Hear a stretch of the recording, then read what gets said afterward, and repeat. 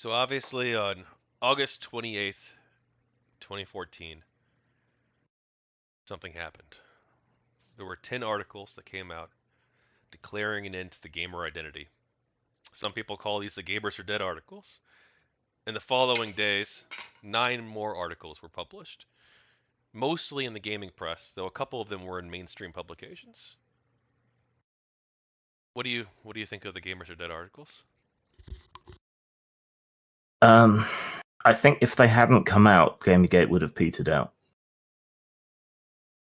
But I think the fact that those articles came out and then later it was, exposed that this was at least somewhat coordinated. I think that's what kicked everything into high gear, particularly with the gaming press attacking their own audiences in such an egregious and dishonest way.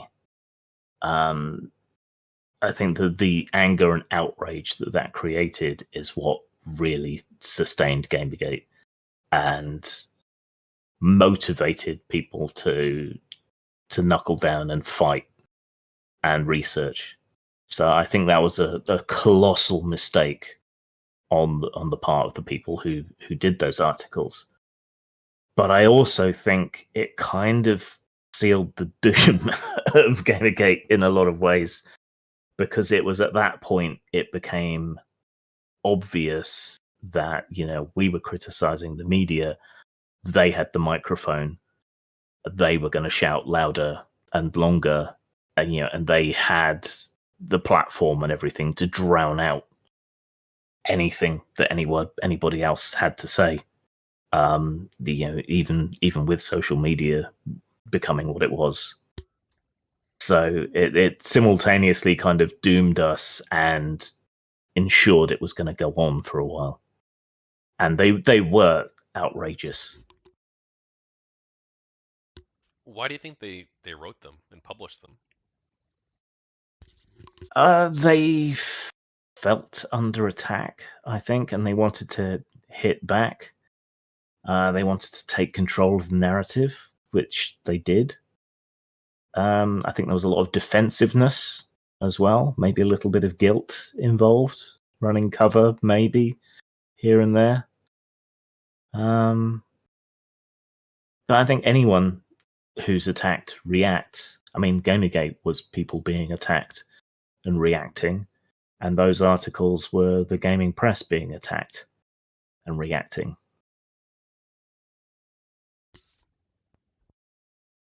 But isn't it easy? And these are companies, right? They in theory, all they care about is money. Why not just say, oh, LOL, we'll make a couple reforms, slap a couple people on the wrist, call it a day, everybody goes home, this thing blows over in like 3 days.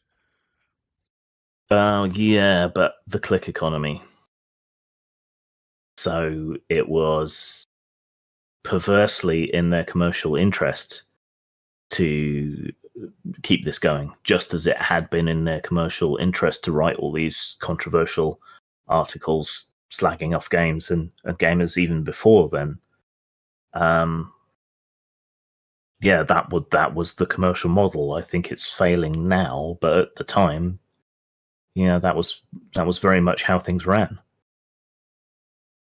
Do you think there was any value in the idea that we should end the gamer identity?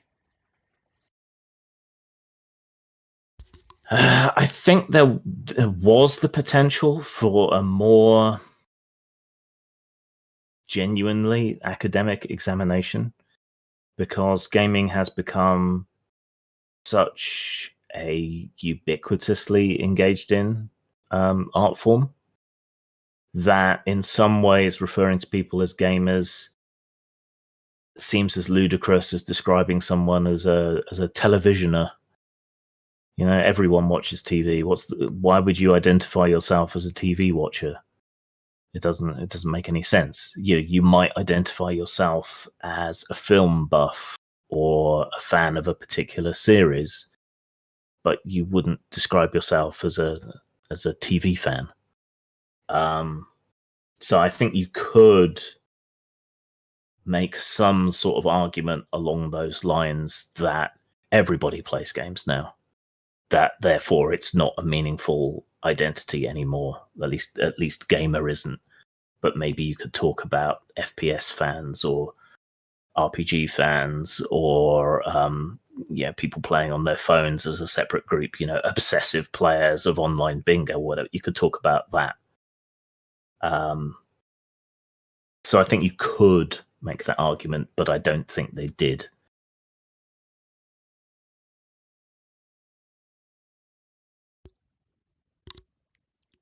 I think part of the reason that they viewed and they pretty much openly say this, the gamer identity as being so negative, is because they viewed the gamer identity very negatively. Not just we need to move on, but there was also an element of it where it was gamers are stereotypically, the fat, sweaty virgin neckbeard who doesn't use deodorant and stands in line for 6 hours outside a GameStop for the game to come out and is just like kind of a shitty person, maybe even like a little bit racist, yelling the 12-year-old kid yelling at his microphone the N word, you know, and that's sort of how they perceived the gamer identity as being, even in even if that wasn't a full representation of what gaming or gamer culture was. But do you think there was Uh, any value in criticizing um, that aspect or what they perceived as that aspect? Is there any truth in there? I don't think there's any more or less truth in that than there would be in stereotyping feminists as fat, hairy lesbians who hate all men, or there would be in any other similar stereotype. They steadfastly refused to give up the social justice warrior identity, even though that became overwhelmingly perceived as negative. I think we've seen that morph into woke, which is now overwhelmingly seen as negative, even if the boomers have kind of ruined it as an insult now. And so, I would put that in the same kind of category that makes me kind of roll my eyes a bit. Hi, I'm Tachyon Blue. Thank you for watching another one of my GamerGate book video segments. Altogether, I've interviewed over 70 people involved with GamerGate, and I'm going to be launching a Kickstarter campaign in the coming weeks. So please, I need your support to help make this project a reality.